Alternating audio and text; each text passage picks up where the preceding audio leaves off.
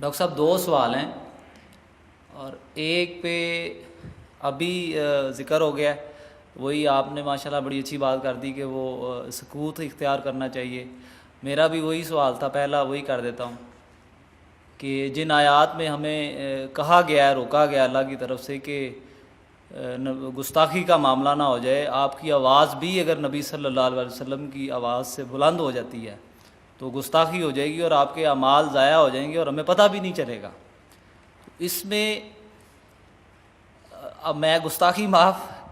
بعض دفعہ محسوس کرتا ہوں، آپ کی ماشاءاللہ ہمیں اللہ نے رہنمائی عطا فرمائی ہے، ہم بڑے خوش قسمت ہیں، خاص طور پہ جب آپ قرآن پڑھتے ہیں، مجھے سچی بات ہے بڑا ایمان میں اضافہ ہوتا ہے۔ لیکن بعض دفعہ ایسا لگتا ہے کہ جیسے نبی صلی اللہ علیہ وسلم، دل کے حال اللہ جانتا ہے، میرا یہ یقین بھی ہے کہ انشاءاللہ تعالی جو ایمان کی سٹیج اللہ نے آپ کو عطا فرمائی ہے وہ کم لوگوں کو ملی ہوگی، میرا یہ یقین ہے۔ لیکن کبھی یہ خیال گزرتا ہے کہ شاید وہ تقریر کی روانی میں آپ کچھ ایسا کہہ جاتے ہیں یا ہو جاتا ہے جس سے یہ لگتا ہے کہ شاید یہ سرکار کی شان کے مطابق الفاظ نہیں ہیں، یا وہ ہمیں سمجھانے کے لیے آپ کہہ رہے ہوتے ہیں۔ تو اس لیے اس پہ تھوڑا سا یہ کر دیں کہ اگر بندے کی نیت 100% ہی صحیح ہے لیکن زبان سے ایسے الفاظ نکل جائیں جو نبی صلی اللہ علیہ وسلم کی شان کے مطابق نہ ہوں تو وہ گستاخی گنی جائے گی یا اس میں اللہ پاک معاف کریں گے۔ دوسرا سوال میرا یہ ذرا موجودہ دور کے بارے میں ہے کہ میں سمجھتا ہوں جتنا اللہ پاک نے آپ کو نام دیا ہے، آپ کو علم دیا ہے اللہ نے، یہ جو ہمارا سیاسی سیٹ اپ ہے، پولیٹیکل لوگ جو ہیں،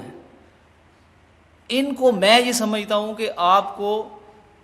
ضرور بلانا چاہیے، بڑے بڑے جو ہیں۔ اس بات پہ کیا آپ یہ ذمہ داری محسوس اپنی نہیں کرتے کہ اس دور میں یہ جو اسلام کو بدنام کر رہے ہیں اور یہ جو عجیب سی توجیہات پیش کرتے ہیں ماڈرن، میں یہ سمجھتا ہوں، میں آپ کو اپنا قائد مانتا ہوں، دینی قائد مانتا ہوں، دنیاوی قائد مانتا ہوں، میں یہ سمجھتا ہوں کہ آپ کو ایک دفعہ ان کو بلا کے، 2 دفعہ بلا کے، 4 دفعہ بلا کے کم از کم یہ تو کہنے جوگے ہو جائیں کہ ہمارا دین صحیح ہے، ہم صحیح ہیں، لوگوں کو صحیح بتا سکیں یہ انٹرنیشنلی۔ یہ جو ہماری طرف آتے ہیں کہ یہ فنڈامنٹلسٹ غلط ہیں، یہ تاثر دور کرنے کی آپ کوشش کریں، اللہ آپ کو جزا دے۔ اور دوسرا فرمائش ہے تیسری کہ ڈاکٹر ذاکر نائک کا اگر کوئی ارینج کر دیں ایک دفعہ، ہم ماشاءاللہ آپ کے وہ آپ کو پسند کرتے ہیں، تو ایک دفعہ پاکستان میں ان کو دعوت دیں اگر پاسبل ہو، تو ہمیں 1-2 ان کے لیکچر سننے کو مل جائیں۔ شکریہ جی۔ پہلی بات تو یہ ہے کہ اصل میں جو بسا اوقات میرے تقریر کے دوران بظاہر محسوس ہوتا ہے کہ اس میں حضور کا نام آیا ہے اور ہم نے درود نہیں پڑھا، صلی اللہ علیہ وسلم نہیں کہا ساتھ ہی، وہ اصل میں اس پس منظر میں ہوتا ہے کہ اگر میں یہ کہہ رہا ہوں کہ ابو جہل نے کہا ہے محمد تو یہ کیا کر رہے ہو، اب اگر میں یہ کہتا کہ ابو جہل نے کہا ہے محمد صلی اللہ علیہ وسلم تم کیا کر رہے ہو، اب یہ اس کے اندر ظاہر بات ہے کہ ابو جہل تو صلی اللہ علیہ وسلم نہیں کہے گا،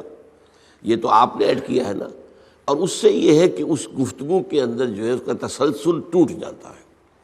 تو وہ متکلم کے حوالے سے بات ہوتی ہے۔ اس کے بعد میں کیا کرتا ہوں، جب جملہ یا بات ختم ہو گئی تو صلی اللہ علیہ وسلم کہہ دیتا ہوں تاکہ وہ جو ایک کمی رہ گئی درمیان میں اس کو پورا کر لیا جائے حتی الامکان۔ باقی یہ کہ اس میں اس کے علاوہ پھر بھی اگر جو ہے کوئی کمی رہ جائے تو اللہ تعالیٰ معاف فرمانے والا ہے۔ دوسری بات یہ ہے کہ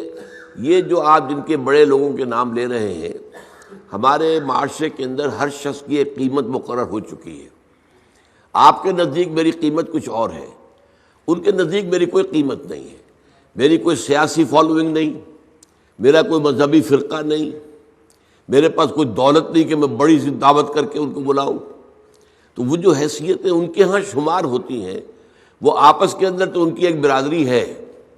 اب جب کسی کا ولیمہ ہو رہا ہے، 2000 آدمی اس نے بلا رکھے ہیں،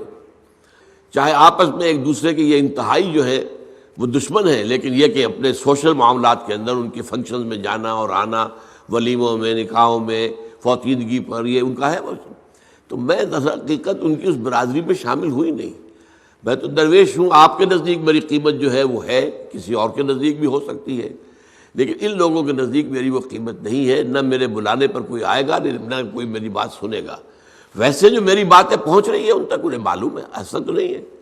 وہ اندھے بہرے نہیں ہیں، انہیں معاملہ کہ میری بات کیا ہے۔ اب تنظیم اسلامی جو ہے ایسا نہیں ہے کہ بالکل لوگ جانتے ہی نہ ہوں،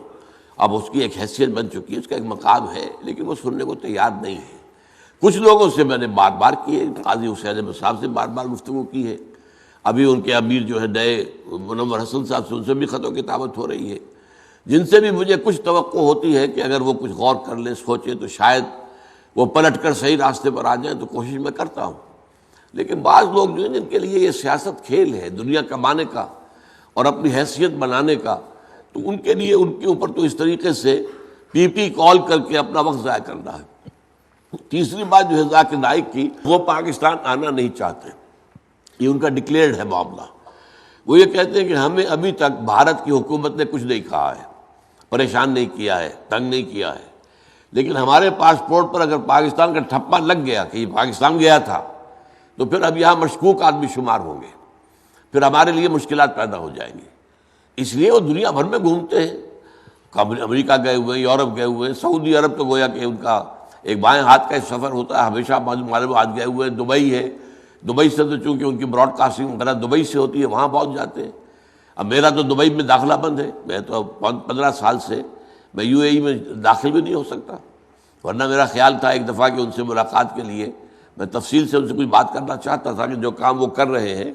اس سے اوپر کا ایک کام ہے وہ بھی وہ کریں، لیکن موقع نہیں مل رہا، کہاں ملوں ان سے، اور وہ پاکستان آنے کو تیار نہیں ہے۔ میں تو حیران ہوں، مجھے اصل میں پہلی مرتبہ